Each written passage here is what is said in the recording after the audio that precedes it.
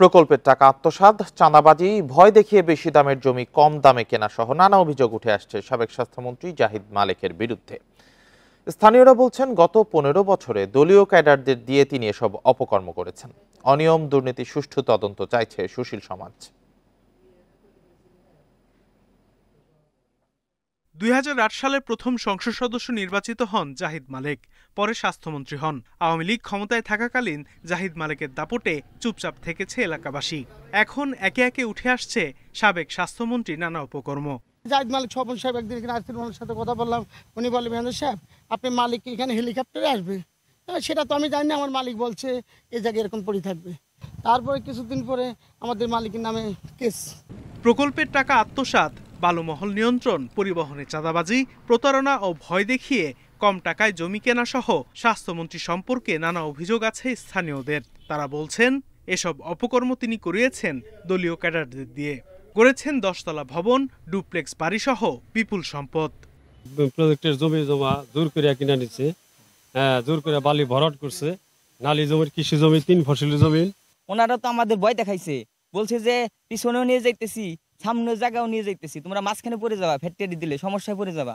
পরিবহন সেক্টরতে প্রচুর অর্থ তারা সংগ্রহ করছে, ইনকাম করছে, এবং এই টাকা তাদের সাঙ্গপাঙ্গরা এরা ভাগবাটোয়ারা করে খাইছে। জাহিদ মালেক সম্পর্কে উঠে আসা এসব অনিয়ম দুর্নীতির সুষ্ঠু তদন্ত চাইছে জেলা দুর্নীতি প্রতিরোধ কমিটি। বর্তমান তত্ত্বাবধায়ক সরকার তথা সামনে যে সরকার আসবে, তারা যেন এই দুর্নীতির মূলোৎপাটন করতে পারে, আর ভবিষ্যতে যেন এই রকম দুর্নীতি আর না হয়। নির্বাচনী হলফনামা অনুযায়ী 15 বছরে স্বাস্থ্যমন্ত্রীর সম্পদ বেড়েছে 11.5 গুণ। Independent news. কুষ্টিয়া 4 আসনের সাবেক সংসদ সদস্য ব্যারিস্টার সেলিম আলতাফ জর্জকে গ্রেপ্তার করা হয়েছে। রাতে রাজধানীর লালমাটিয়া থেকে তাকে গ্রেপ্তার করেছে গোয়েন্দা পুলিশ। সেলিম আলতাফ জর্জের নামে কুষ্টিয়া ও ঢাকায় একাধিক হত্যা মামলা আছে।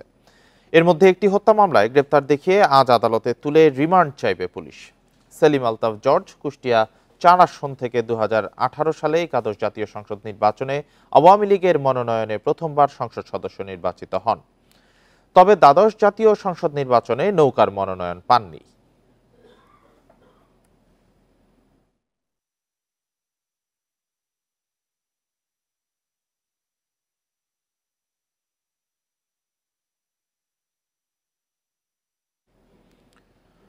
খুলনা বিভাগে এখনো লাইসেন্সকৃত 182টি অস্ত্র জমা পড়েনি। এসব অস্ত্র উদ্ধার না হলে হুমকিতে পড়বে জননিরাপত্তা, শঙ্কা নাগরিক নেতাদের। তবে প্রশাসন বলছে, মালিকদের অবস্থান ও অবৈধ অস্ত্র উদ্ধারে ব্যবস্থা নেওয়া হচ্ছে। খুলনা মহানগর এবং জেলায় 2009 থেকে 5 আগস্ট পর্যন্ত মোট 2299টি আগ্নেয়াস্ত্রের লাইসেন্স ইস্যু করা হয়েছে। এর মধ্যে খুলনা মহানগরে 10টি লাইসেন্সের বিপরীতে কোনো অস্ত্র কেনা হয়নি। 486টি লাইসেন্সের মালিক অস্ত্র কিনেছেন, যার মধ্যে 1 নলা বন্দুক, 8টি দোনলা বন্দুক, শর্টগান ও পিস্তল রয়েছে।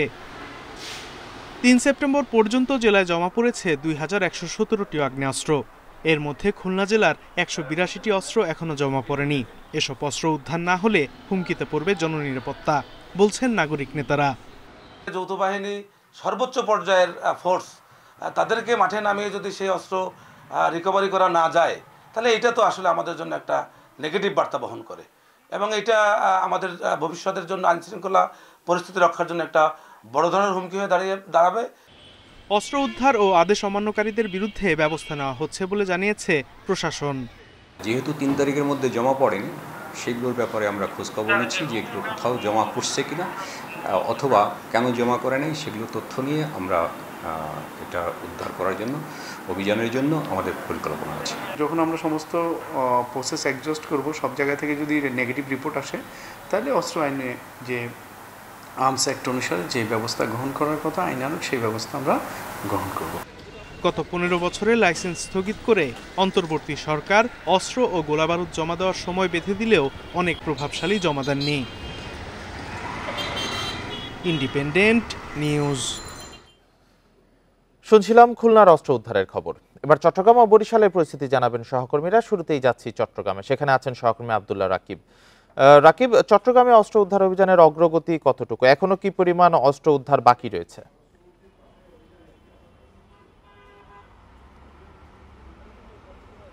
চট্টগ্রামে গত ৩ সেপ্টেম্বর পর্যন্ত যে গত ১৫ বছর অর্থাৎ ২০০৯ সাল থেকে যে অস্ত্রগুলো লাইসেন্স দেওয়া ছিল সেই অস্ত্রগুলো লাইসেন্স বাতিলের পর ৩ সেপ্টেম্বর পর্যন্ত জমা দেওয়ার শেষ সময় ছিল এবং সেই সময় পর্যন্ত আমরা দেখেছি চট্টগ্রাম নগরী এবং জেলার যে থানাগুলো আছে সেই থানাগুলোতে অস্ত্র দেওয়ার সময় দেওয়া হলো। সেখানে ৭২৫টি অস্ত্রের মধ্যে জমা পড়েছে ৬৫২টি, অর্থাৎ এখনও প্রায় ৭৩টি অস্ত্র জমা পড়েনি। ফলে যে অস্ত্রগুলো জমা পড়েনি তার বেশিরভাগই স্থানীয় আওয়ামী লীগের বা অঙ্গ সংগঠনের নেতাকর্মীদের। পাশাপাশি আমরা দেখেছি সাবেক শিক্ষামন্ত্রী যিনি ছিলেন নওফেল, সেই নওফেলের অস্ত্র, 2টি অস্ত্র, এছাড়া 2 সংসদ সদস্যের অস্ত্র, সেগুলো এখনও জমা পড়েনি। এছাড়া আমরা দেখেছি ক্ষমতাসীন যে সরকার ছিলেন তখন, সেই সময় এমপি মন্ত্রীরা ছাড়াও জাতীয় পার্টির কয়েকজন নেতাও আসলে তাদের জমা যে লাইসেন্সকৃত অস্ত্র সেই লাইসেন্সকৃত অস্ত্রের লাইসেন্স বাতিল করা হলে তারা সেই অস্ত্র এখনও জমা দেননি।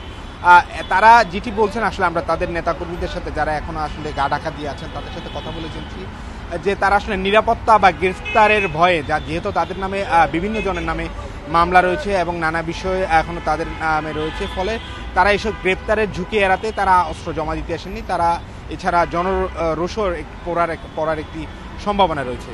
তো সব মিলিয়ে এই যে অস্ত্রগুলো জমা পড়েনি বেশিরভাগই হচ্ছে এই রাজনৈতিক নেতাদের, পাশাপাশি কিছু অস্ত্র ব্যবসায়ীদের রয়েছে, তারাও আসলে জমা দেননি।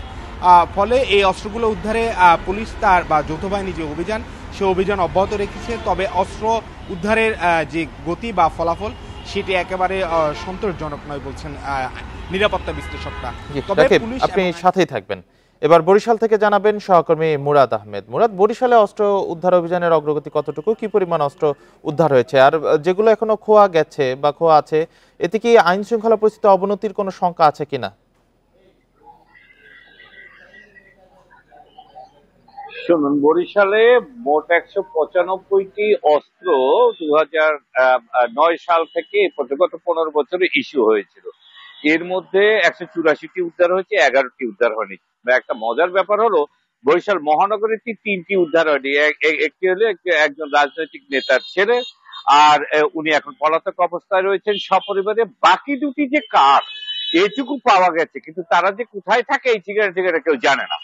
এখন এই নিয়ে দৌড়াদৌড়ি শুরু হয়েছে যে আসলে ইস্যু কে করেছিল, কে এই তদন্ত করেছিল, কে স্বীকৃতি দিয়েছিল, সবকিছু মিলিয়ে একটা হযবরল অবস্থার মধ্যে বরিশাল মহানগরী 2টি অস্ত্র রয়েছে এবং এটি উদ্ধারও প্রায় অনিশ্চিত।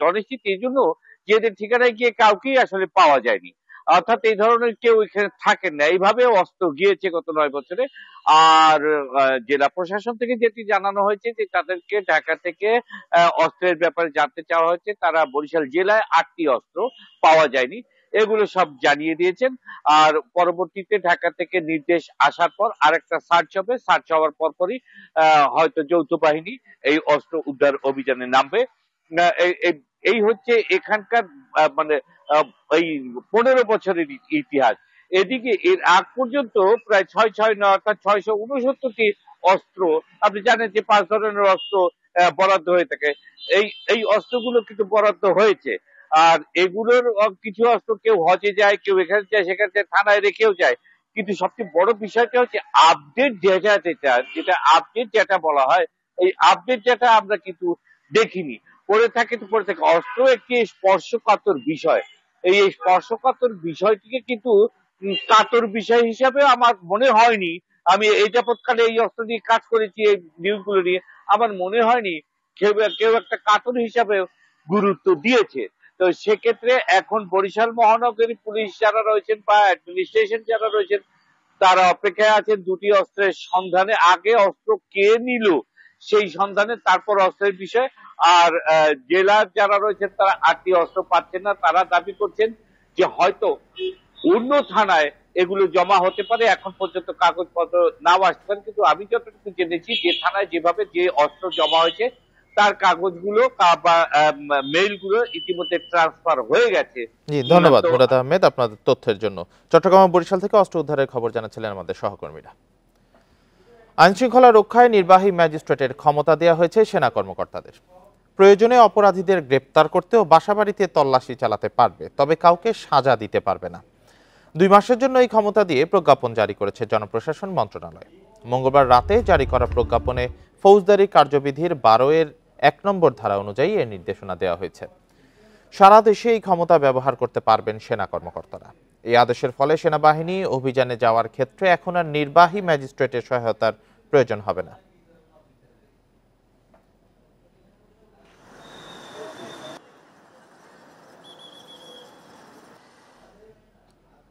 আওয়ামী লীগ সরকারের আমলে গুম করে রাখার গোপন বন্দিশালা আয়নাঘর পরিদর্শন করবে গুম খুনের ঘটনা তদন্তে গঠিত বিচার বিভাগীয় তদন্ত কমিশন। বিরোধী রাজনৈতিক নেতাকর্মী ও ভিন্ন মতের মানুষদের 2009 সালের 6 জানুয়ারি থেকে চলতি বছরের 5 আগস্ট পর্যন্ত আওয়ামী লীগ সরকারের আমলে গুম হওয়া ব্যক্তির সন্ধানে গঠন করা হয় এই কমিশন। গুম নিয়ে তদন্ত কমিশনের সফলতা নিয়ে আশাবাদী বিশ্লেষকরা, কিছুটা স্বস্তিতে ভুক্তভোগী পরিবারের সদস্যরা। বিগত সরকারের গুমের তদন্তে গত 27 আগস্ট হাইকোর্টের অবসরপ্রাপ্ত বিচারপতি মইনুল ইসলাম চৌধুরীর নেতৃত্বে গঠন করা হয় 5 সদস্যের তদন্ত কমিশন। 90 দিনের মধ্যে সরকারের কাছে প্রতিবেদন দাখিল করতে বলা হয়েছে কমিশনকে। কমিশনের কার্যপরিধি সুনির্দিষ্টভাবে উল্লেখ করে গত 15 সেপ্টেম্বর মন্ত্রিপরিষদ বিভাগ থেকে এ সংক্রান্ত ক্ষমতা দিয়ে প্রজ্ঞাপন জারি করেছে মন্ত্রিপরিষদ বিভাগ। আইন শৃঙ্খলা বাহিনী বা সরকারের মদদে বলপূর্বক গুমের শিকার ব্যক্তির সন্ধান এবং গুমের ঘটনায় জড়িত ব্যক্তি বা প্রতিষ্ঠানকে চিহ্নিত করার ক্ষমতা দেওয়া হয়েছে তদন্ত কমিশনকে। আমরা আশাবাদী যে আমাদের ফাইল আমরা পাবো। আমাদের 5 কমিটির সদস্য আমাদের কাছে কথা দিচ্ছে যে আপনারা কাগজপত্র জমা দিয়ে যান, আমরা খুবই দ্রুত কাজ করতেছি ইনশাআল্লাহ। আয়নাঘর সহ যেসব স্থানে গুমের শিকার ব্যক্তিদের আটক রাখা হয়েছিল সেসব স্থান সহ দেশের যে কোনো স্থান পরিদর্শন এবং যে কোনো ব্যক্তিকে তলব ও জিজ্ঞাসাবাদের ক্ষমতাও দেওয়া হয়েছে এই কমিশনকে। আমি আশাবাদী এজন্যই যে যেহেতু এটা কোনো দলীয় সরকার নয়, প্রত্যেকটি গুম খুনের কিন্তু সুস্পষ্ট আমরা উত্তর পেতে পারি সরকার এ বিষয়ে কতটুকু আন্তরিক। এমন শক্ত আইন করতে হবে যেন ভবিষ্যতে এই গুম খুনের ব্যাপারে কেউ চিন্তা করার ধৃষ্টতা না পারে। মন্ত্রিপরিষদ বিভাগ তদন্ত কমিশনকে সাচিবিক সহায়তা সহ সকল প্রকার সহায়তা প্রদান করবে, এছাড়া প্রয়োজনীয় ব্যয়ও বহন করবে। রেজওয়ানুল হক, ইন্ডিপেন্ডেন্ট নিউজ, ঢাকা। ম্যানুয়াল পদ্ধতিতে চাহিদাপত্র সত্যায়ন করার ঘোষণার মধ্য দিয়ে আবারও কলিং ভিসা চালু করেছে মালয়েশিয়া। এতে পাম বাগানে কাজের সুযোগ পাবেন বাংলাদেশি শ্রমিকরা। মঙ্গলবার মালয়েশিয়ায় বাংলাদেশ হাইকমিশন এক বিজ্ঞপ্তিতে তথ্য জানিয়েছে। মালয়েশিয়ায় কর্মী নিয়োগের শুরু হয়েছে কোটা অনুমোদনও। বাংলাদেশ হাইকমিশনের পক্ষ থেকে প্লান্টেশন সেক্টরের চাহিদাপত্র ম্যানুয়াল পদ্ধতিতে সত্যায়ন করা হচ্ছে। চাহিদাপত্র সত্যায়নের জন্য প্রায় 15 রকমের তথ্য হাইকমিশনে জমা দিতে অনুরোধ করা হয়েছে। এর আগে গত 31 মে বন্ধ হয় মালয়েশিয়ার শ্রমবাজার। শেষ দিনে সব প্রস্তুতি সম্পন্ন করেও যেতে পারেনি 17,000 কর্মী।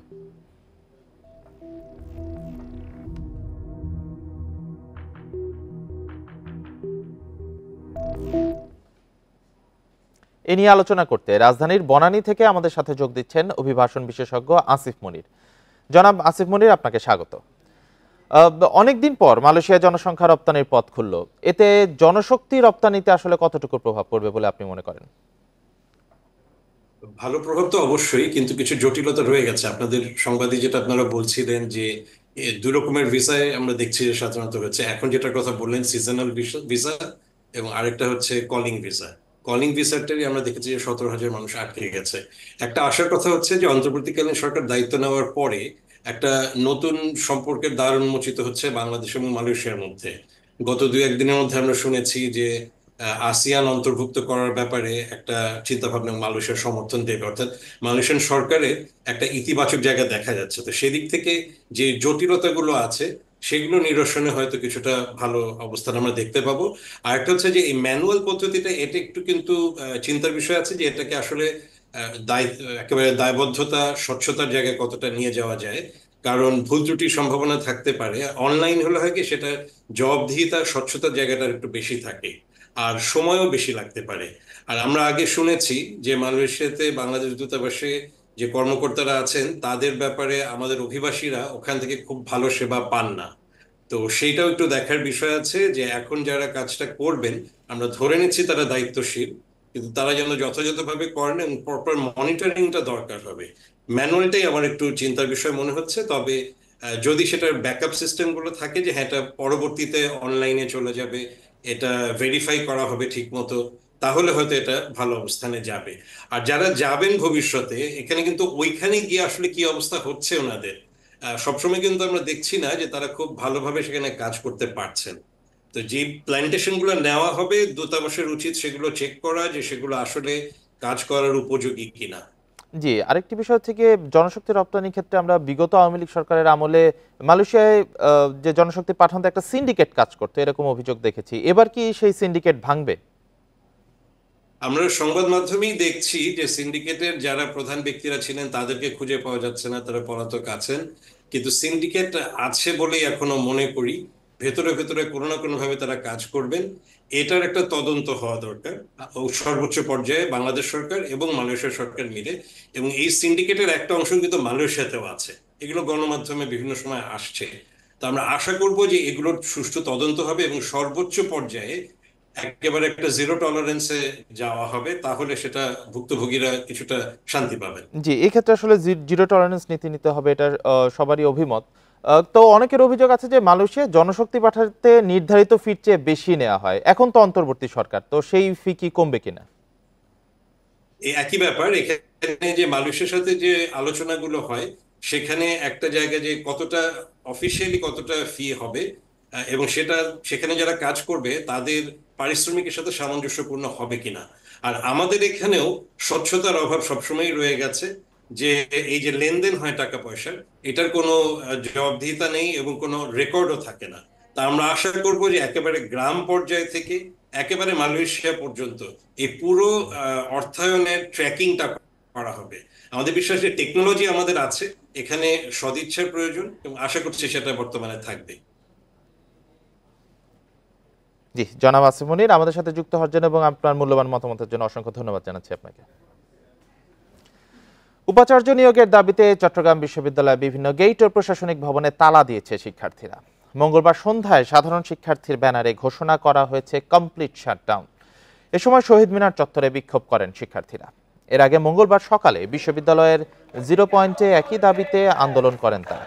সারাদিন বিশ্ববিদ্যালয়ের কোনো উদ্যোগ না থাকায় সন্ধ্যায় কমপ্লিট শাটডাউন ঘোষণা করা হয়। আজও ক্যাম্পাসে বিক্ষোভ করার কথা রয়েছে।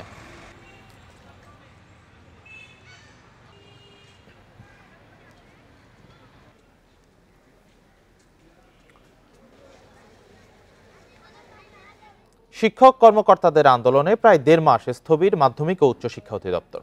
সরকারের পট পরিবর্তনের পর প্রতিদিনই কোনো না কোনো পক্ষ দাবি আদায়ে বিক্ষোভ করছে। এতে স্বাভাবিক শিক্ষা কার্যক্রমে ফেরা কঠিন হচ্ছে বলে মনে করেন শিক্ষা গবেষকরা। সরকারি বেসরকারি স্কুল কলেজের দেখভাল করে মাধ্যমিক ও উচ্চশিক্ষা অধিদপ্তর, কিন্তু 5 আগস্টের পর এটি যেন হয়ে উঠেছে আন্দোলনের মাঠ। গণ অভ্যুত্থানের মুখে শেখ হাসিনা সরকারের পতনের পর প্রায় প্রতিদিনই চলছে বিক্ষোভ। এক এক পক্ষ অচল করে রাখছে নানা দাবিতে, কিন্তু এই সময়েই কেন এত অস্থিরতা?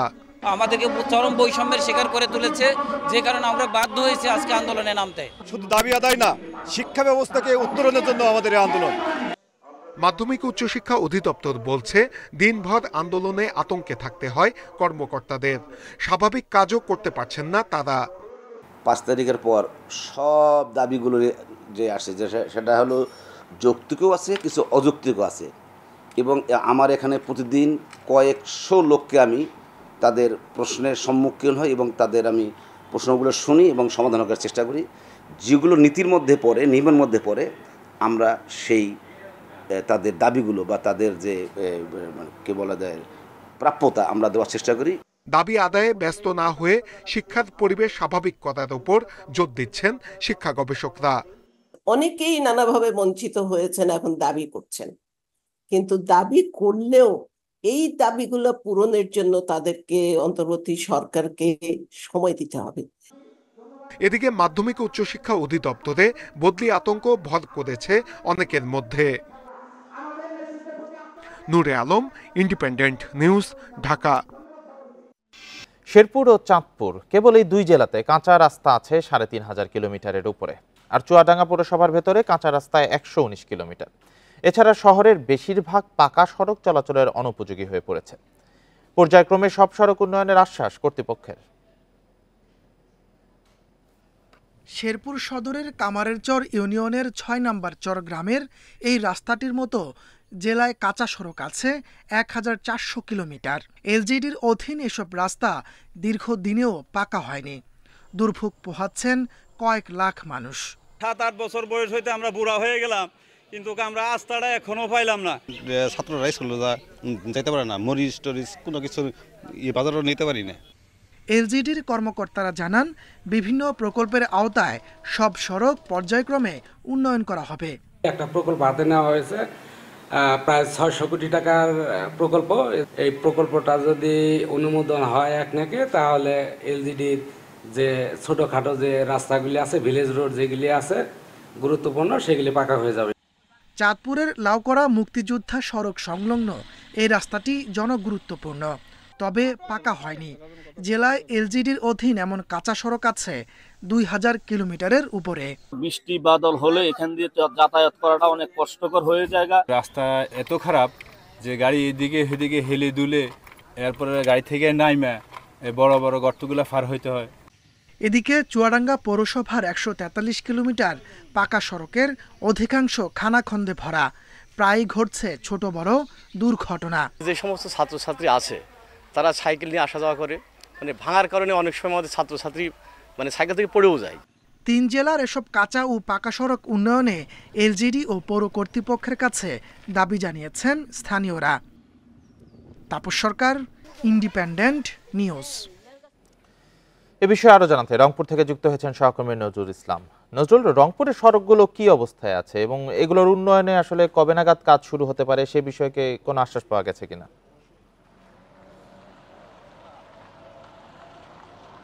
দেখুন, প্রায় 2 বছর ধরে কিন্তু রংপুরের কাঁচা পাকা রাস্তা, প্রায় ১৫০ কিলোমিটার রাস্তা কিন্তু আপনি নিশ্চয়ই দেখছেন যে এটি কিন্তু খানাখন্দে ভরা। অর্থাৎ আপনি জানেন যে রংপুরে কিন্তু যেটি রাস্তা কার্পেটিং হয়েছে প্রায় 2 বছর আগে, সেটি কিন্তু আস্তে আস্তে কার্পেটিংগুলো উঠে গেছে। আপনি নিশ্চয়ই দেখছেন যে এটি কিন্তু অর্থাৎ লালমনিরহাট রংপুরের রাস্তা। এটি এই রাস্তা চলাচল করে প্রতিদিনে কিন্তু হাজার হাজার মানুষ এবং যানবাহন তো আছেই। আপনি নিশ্চয়ই দেখতে পাচ্ছেন যে সেসব যানবাহন চলাচল করছে, খুবই বিপুল পরিমাণ কিন্তু যানবাহন চলাচল করছে। এই রাস্তাটি কিন্তু এরকম ভাঙ্গাচূড়া আছে প্রায় 5 কিলোর উপরে, শুধু একটি ইউনিয়নের ভিতরেই। কিন্তু আমি যদি বলি যে রংপুর জেলায় যে ১৫০ কিলো রাস্তার কাঁচা পাকা, এটি কিন্তু আসলে একটা জরাজীর্ণ অবস্থায় পড়ে আছে বিভিন্ন জায়গাতেই। সেটি কিন্তু নির্মাণ করার জন্য আমরা কয়েকদিন ধরে কিন্তু জেলা প্রশাসকের কথা বলেছি, যেহেতু জনপ্রশাসন মন্ত্রণালয়ের অধীনে কিন্তু এখন অর্থাৎ এমপি যারা তারা নেই এবং উপজেলার চেয়ারম্যান নেই, সেক্ষেত্রে কিন্তু এইসব উন্নয়নে কিন্তু স্থবির হয়ে পড়েছে। সেক্ষেত্রেই আমরা সেটি অনেকবার তাদের সাথে যোগাযোগ করেছি। তারা বলছেন যে এই রাস্তাগুলো মেরামত করতে গেলে আবারও নতুন করে টেন্ডারে আহ্বান করতে হবে। টেন্ডার হওয়ার পরে সেই রাস্তাগুলো আবার মেরামত করার সুযোগ আছে। সেক্ষেত্রে তারা বলছেন যে এটি সময় লেগে যেতে পারে, এই সময়ের মধ্যে হতে পারে। তবে আগামী 2-1 বছরের মধ্যে যত রাস্তাঘাট আছে সেটি পাকাকরণের যে একটা হাতে নিয়েছে সড়ক ভবন, সড়ক বিভাগ। আমি একটু আগে কিন্তু সড়ক বিভাগের যিনি এলজিডির যিনি কর্মকর্তা রয়েছেন তার সঙ্গে কথা বলেছি। তিনি যেমনটি জানিয়েছেন যে অতি দ্রুত যেসব রাস্তাগুলো এখনও কাঁচা পাকা রয়েছে এবং যেটি রাস্তার কার্পেটিং উঠে গেছে সেটি মেরামত করার যে টেন্ডার সেটি আহ্বান করবেন এবং জেলা প্রশাসকের মাধ্যমে সেটি করে, অর্থাৎ স্থানীয় যেসব জনপ্রতিনিধি আছে তাদের মাধ্যমে সেটি কাজ শুরু করবেন, ইতিহাস বলছে। তবে মানুষের কিন্তু ভোগান্তি এবং দুর্ভোগের একেবারে শেষ নেই। আপনি নিশ্চয়ই দেখছেন যে এই রাস্তা দিয়ে যেসব গাড়ি ঘোড়া চলাচল করছে সেটিও কিন্তু আসলে খুব ক্ষতির মুখে পড়ছেন।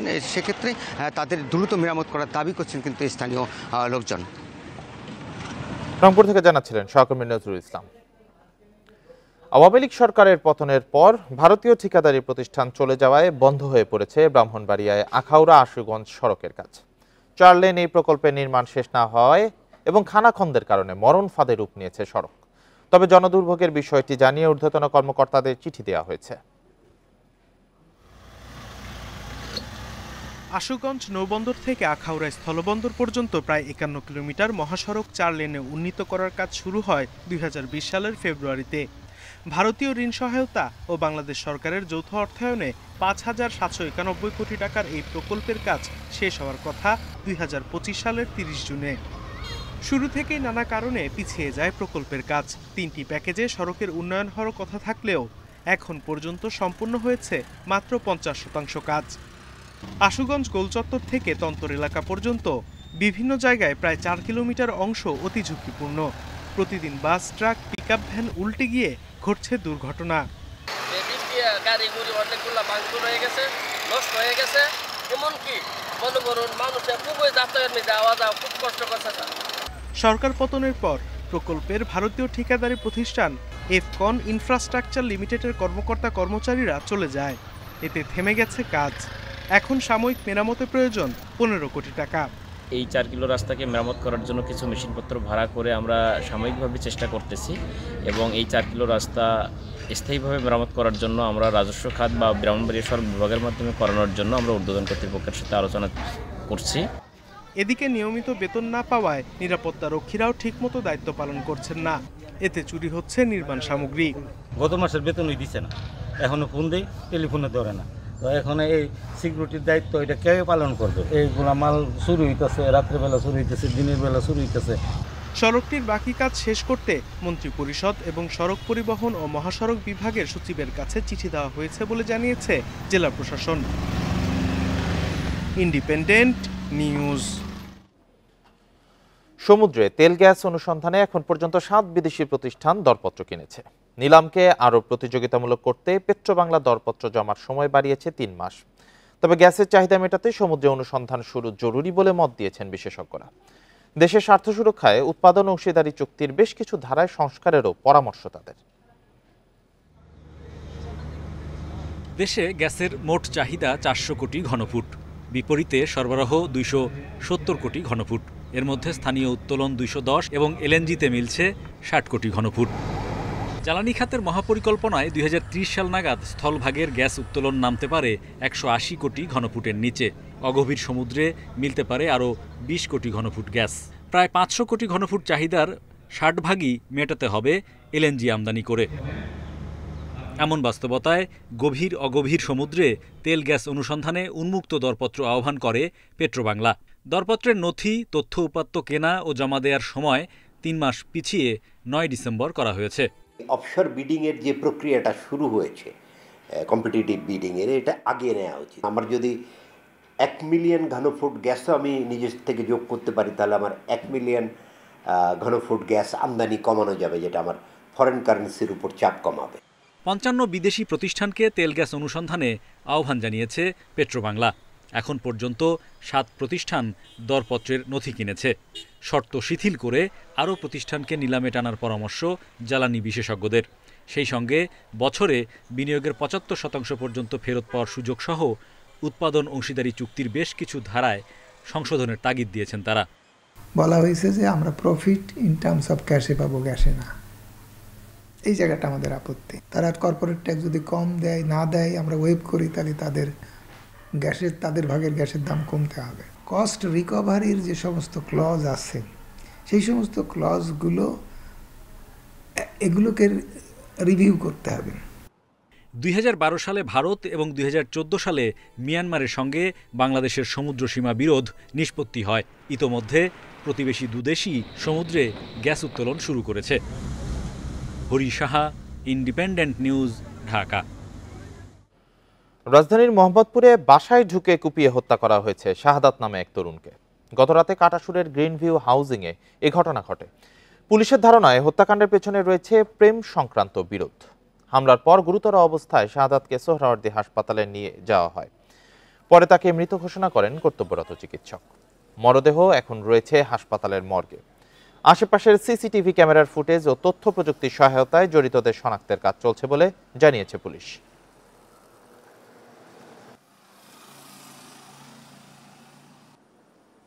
প্রাথমিকভাবে যেটা আমরা জানছি যে হয়তোবা প্রেম ঘটিত কিছু থাকতে পারে, এরকম ইঙ্গিত পাওয়া যাচ্ছে। কারণ নিহতের আত্মীয় স্বজন এখনও শোকে মোহমান, তারা কিছু তথ্য দিতে পারছে না। এলাকার আশেপাশের তথ্য কিছু পাচ্ছে, তেমন হতে পারে। আমরা সব দিক বিবেচনা করেই তদন্ত অব্যাহত রাখছি। এদিকে রাজধানীর তেজগাঁওয়ের কুনিপাড়ায় হত্যা করা হয়েছে ব্যবসায়ী নূর হোসেন জুয়েলকে। স্বজনদের অভিযোগ, মোটরসাইকেলে এসে তাকে কুপিয়ে হত্যা করে মুখোশধারী সন্ত্রাসীরা। তারা বলছেন পারিবারিক সম্পত্তি নিয়ে বিরোধী এর কারণ, আর এর পেছনে রয়েছেন জুয়েলেরই ছোট ভাই জাকির। তাদের মধ্যে বাড়ির ভাড়া তোলা নিয়ে আগেও বিরোধ হয়েছে। এদিকে স্থানীয়রা জানিয়েছেন গত রাতে কুনিপাড়ার নিজ বাসার সামনে আড্ডা দিচ্ছিলেন জুয়েল। তখনই হামলার মুখে পড়েন তিনি। পরে গুরুতর আহত অবস্থায় তাকে সোহরাওয়ার্দী হাসপাতালে নেয় বাড়ির নিরাপত্তারক্ষী ও তত্ত্বাবধায়ক। সেখানেই মৃত্যু হয় তার।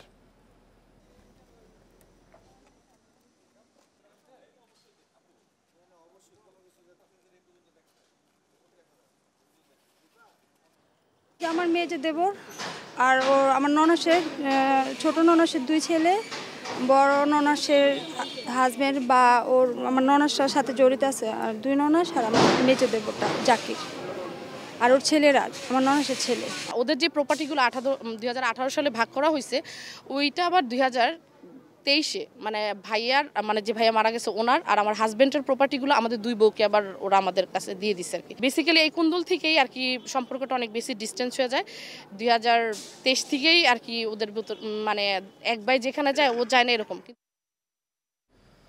আগস্টের চেয়ে সেপ্টেম্বরে ডেঙ্গুতে মৃত্যু ও আক্রান্ত রোগী বেড়েছে দ্বিগুণ। নগরবাসীর অভিযোগ, নিয়মিত ছিটানো হচ্ছে না মশার ওষুধ। সে কারণেই রাজধানীতে বেড়েছে ডেঙ্গু রোগী। এতদিনে সিটি কর্পোরেশন ঘোষণা দিয়েছে মশা মারতে ও এডিসের প্রজনন স্থল ধ্বংস করতে অভিযান শুরু হচ্ছে। জুলাইতে শুরু হয় ডেঙ্গুর মৌসুম। ওই মাসে আক্রান্ত হয় 2669 জন, মারা যায় 12 জন। আগস্টে মৃত্যু হয় 27 জনের, আক্রান্ত হয় 6521 জন। 8 সেপ্টেম্বরের 17 দিনে আক্রান্ত হয়েছে 7373 জন, মৃত্যু 30। মৌসুমের শেষ দিকে বাড়ছে ডেঙ্গু রোগী। মশা মারার দুর্বল কার্যক্রমকে দুষছেন নগরবাসী। গ্যাঞ্জামের পরে একটু কম মারা হইতেছে, এই প্রধানমন্ত্রী প্রত্যাহারের পরে একটু কম মারা হইতেছে। আগে তো প্রতি ডেলি মারতো। হ্যাঁ জিল আছে, বৃষ্টির পানি গাতা মাথা আছে, হ্যাঁ কোনো ওষুধই দেয় না, কোনো ওষুধই দেয় না। এই সরকারি হওয়ার পরে মশার ওষুধ বেশি একটা দিচ্ছে না। আগে কম বেশি দিত, এখন দেখছি না মশার ওষুধ দিতে, এখন কম দেয়। চিকিৎসকেরা জানান, যাত্রাবাড়ি, খিলগাঁও ও মিরপুর সহ কয়েকটি এলাকা থেকে ডেঙ্গু রোগী বেশি আসছে। অধিকাংশই হাসপাতালে আসছে শক সিনড্রোম নিয়ে। দরকার হচ্ছে আইসিইউ।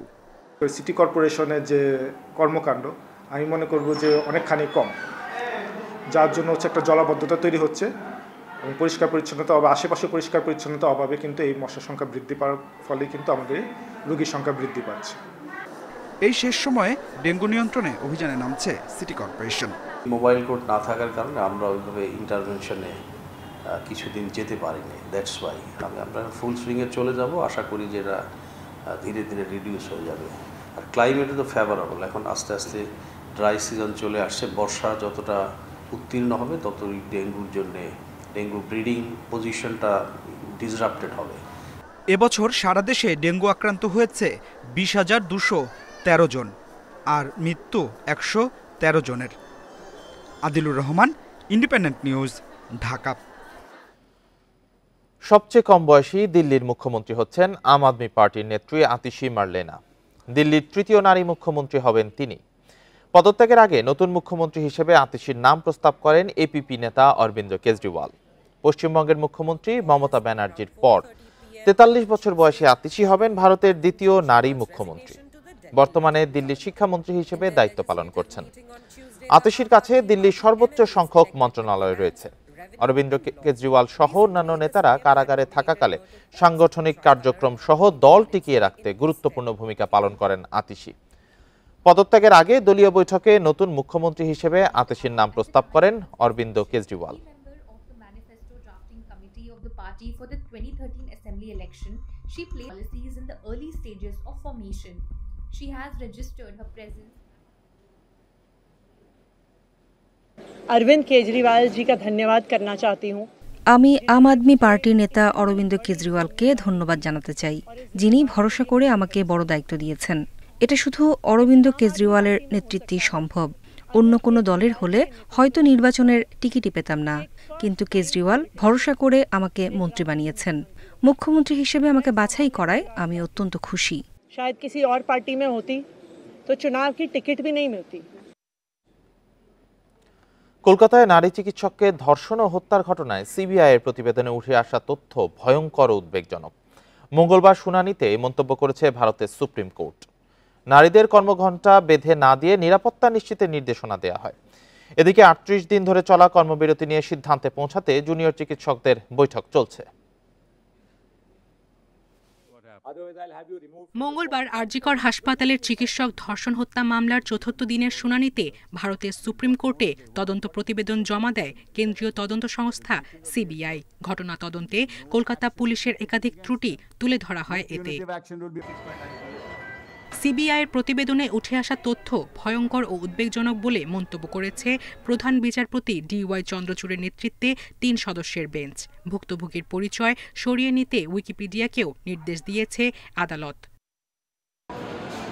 নারী চিকিৎসকদের কর্মঘণ্টা বেঁধে না দিয়ে পশ্চিমবঙ্গ সরকারের উচিত তাদের নিরাপত্তা নিশ্চিত করা, বলেন বিচারকেরা। আদালতের নির্দেশনায় সন্তোষ জানিয়েছেন চিকিৎসকরা। সোমবার জুনিয়র চিকিৎসকদের সঙ্গে বৈঠকে 5 দাবির মধ্যে 3টি মেনে নেন মুখ্যমন্ত্রী মমতা ব্যানার্জি। এরপরই কলকাতা পুলিশ কমিশনার বিনীত কুমার গোয়েল, উত্তর অঞ্চলের উপকমিশনার এবং স্বাস্থ্য বিভাগের শীর্ষ 2 কর্মকর্তাকে অপসারণের ঘোষণা আসে। এরই মধ্যে বিনীত কুমারের স্থানে নিয়োগ পেয়েছেন মনোজ কুমার ভার্মা। হাসপাতালগুলোর নিরাপত্তা বাড়াতে অবকাঠামো উন্নয়নের আশ্বাস দেন মুখ্যমন্ত্রী। এজন্য 100 কোটি রুপি বরাদ্দ হয়েছে। গেল 9 আগস্ট আরজিকরে নারী চিকিৎসককে ধর্ষণ ও হত্যার প্রতিবাদে উত্তাল হয়ে ওঠে রাজ্য। আন্দোলনকারীদের অন্য 2 দাবি দোষীদের শনাক্ত ও বিচার এবং রাজ্যের সব মেডিকেল কলেজে ভয়মুক্ত পরিবেশ নিশ্চিত করা। সায়রা খান, ইন্ডিপেন্ডেন্ট নিউজ। লেবাননে একসাথে অসংখ্য পেজার বিস্ফোরণ হয়েছে। এতে শিশুসহ অন্তত 9 জন নিহত হয়েছে। আহত হয়েছেন ইরানের রাষ্ট্রদূত সহ প্রায় 3000 মানুষ। এদের মধ্যে 200 জনের অবস্থা আশঙ্কাজনক। জানা গেছে এসব টেলিযোগাযোগ যন্ত্র পেজার ব্যবহার করে হিজবুল্লাহ সদস্যরা। এ ঘটনায় ইসরায়েলকে দায়ী করে কড়া জবাব দেওয়ার হুঁশিয়ারি দিয়েছে হিজবুল্লাহ। হঠাৎ বিস্ফোরণ। লেবাননের রাজধানী বৈরুতের একটি সুপারমার্কেটের দৃশ্য এটি। মঙ্গলবার স্থানীয় সময় বিকেল 3:30 থেকে 1 ঘণ্টার মধ্যে একাধিক বিস্ফোরণ ঘটে। হতাহত হয় বহু মানুষ। আহত হয়ে অনেকেই হাসপাতালে এসেছে। তারা বলছে টেলিযোগাযোগ যন্ত্র পেজার বিস্ফোরণে তারা আহত হয়। লেবাননের বিভিন্ন জায়গা থেকে এসেছে আহতরা। আহতদের মধ্যে লেবাননে ইরানের রাষ্ট্রদূত মোজতবা আমানিও রয়েছেন, তবে তার অবস্থা গুরুতর নয়। গোয়েন্দা সূত্র বলছে বিস্ফোরিত পেজারগুলো হিজবুল্লাহর আনা নতুন মডেলের। পেজার বিস্ফোরণের ঘটনাকে নিরাপত্তার লঙ্ঘন বলছেন লেবানন সরকারের মুখপাত্র। হিজবুল্লাহ এক বিবৃতিতে ইসরায়েলকে দায়ী করে কড়া জবাব দেওয়ার হুঁশিয়ারি দিয়েছে। এক বিবৃতিতে সংগঠনটি জানিয়েছে হামলার সব তথ্য উপাত্ত তদন্ত করেছে তারা। বেসামরিক নাগরিকদের লক্ষ্য করে নৃশংস হামলা চালিয়েছে ইসরায়েল। সায়রা খান, ইন্ডিপেন্ডেন্ট নিউজ। গাজা উপত্যকায় হামলা অব্যাহত রেখেছে ইসরায়েল। এতে অন্তত 22 ফিলিস্তিনি নিহত হয়েছে। ইসরায়েলের 11 মাসের আগ্রাসনে গাজায় নিহতের সংখ্যা ছাড়িয়েছে 41,000, আহত প্রায় 95,500। উপত্যকাটির বিভিন্ন এলাকায় ইসরায়েল হামলা চালিয়েছে বলে জানিয়েছে সংবাদ মাধ্যম আল জাজিরা। অধিকৃত পশ্চিম তীর থেকে ইসরায়েলি সেনা প্রত্যাহার করতে জাতিসংঘের সাধারণ পরিষদে প্রস্তাবের আহ্বান জানিয়েছেন সংস্থাটিতে নিযুক্ত ফিলিস্তিনি রাষ্ট্রদূত। এ নিয়ে বৃহস্পতিবার জাতিসংঘের সাধারণ পরিষদে ভোট হওয়ার কথা রয়েছে। এদিকে গাজায় ইসরায়েলের আগ্রাসন বন্ধের আহ্বান জানিয়েছেন মার্কিন ভাইস প্রেসিডেন্ট কামালা হ্যারিস। তিনি বলেন, যুদ্ধ শেষে পুনরায় গাজা দখল করলে তা ইসরায়েলের অনুচিত কাজ হবে।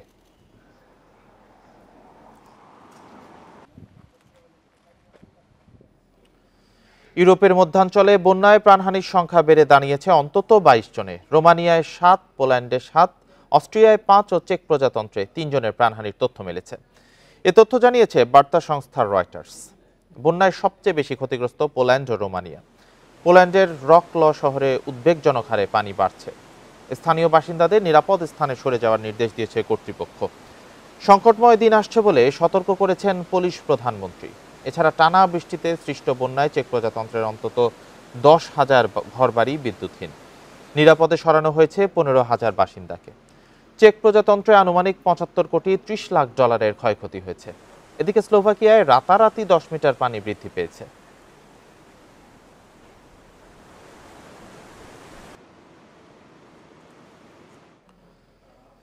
টেস্টে ভারতের বিপক্ষে বাংলাদেশ দলের চাপে থাকাকে সুবিধা হিসেবে দেখছেন চন্ডিকা হাথুরে সিংহে।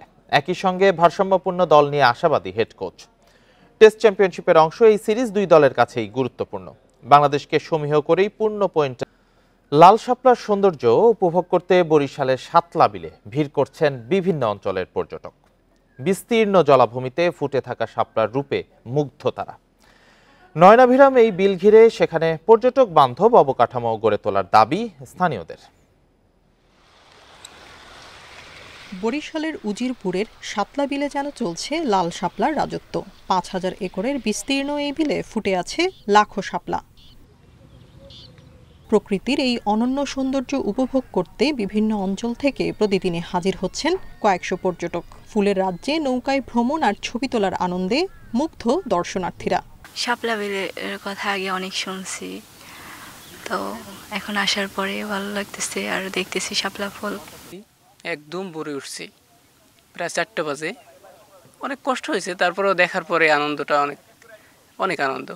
তবে অনুন্নত যোগাযোগ ও বিশ্রামের সুব্যবস্থা না থাকায় বিপাকে পড়তে হয় পর্যটকদের। তাই এলাকাটিকে পর্যটন কেন্দ্র হিসেবে গড়ে তোলার দাবি জানিয়েছেন অনেকে। দূর থেকে পর্যটক আসে, পর্যটকদের থাকার মতো কোনো সুব্যবস্থা কিংবা তাদের কোনো দেখভাল সুবিধা অসুবিধা এগুলো জানানোর মতো কোনো স্থানীয় কোনো প্রশাসন ব্যবস্থা নাই। রাস্তাঘাট সুন্দর করে দিবে সরকার, এবং এসে একবারে ট্রলারে এসে যদি দেখে ঘুরাই নিয়ে যাওয়া যায় তাহলে হয়তো ভালো হয়। এরই মধ্যেই পর্যটকদের জন্য কিছু অবকাঠামো নির্মাণ সহ উন্নয়ন কাজ শুরুর কথা জানালেন জেলা প্রশাসক। কোনো সুবিধা ছিল না, তো জেলা প্রশাসন এটা উদ্যোগী হয়ে বাংলাদেশ ট্যুরিজম বোর্ডের মাধ্যমে এখানে কিছু পর্যটকদের জন্য অবকাঠামো নির্মাণ সহ সুযোগ সুবিধা সৃষ্টির জন্য কাজ করে যাচ্ছে। সাতলা বিলে শাপলা ফোটে সারা বছরই, তবে আগস্ট থেকে অক্টোবর পর্যন্ত দেখা যায় সবচেয়ে বেশি।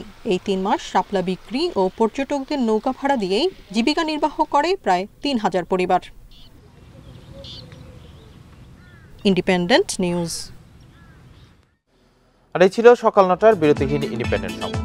ইন্ডিপেন্ডেন্ট টেলিভিশনের সব খবর আরো বিস্তারিত জানতে চোখ রাখুন ফেসবুক, ইউটিউব, এক্স। ধন্যবাদ সবাই।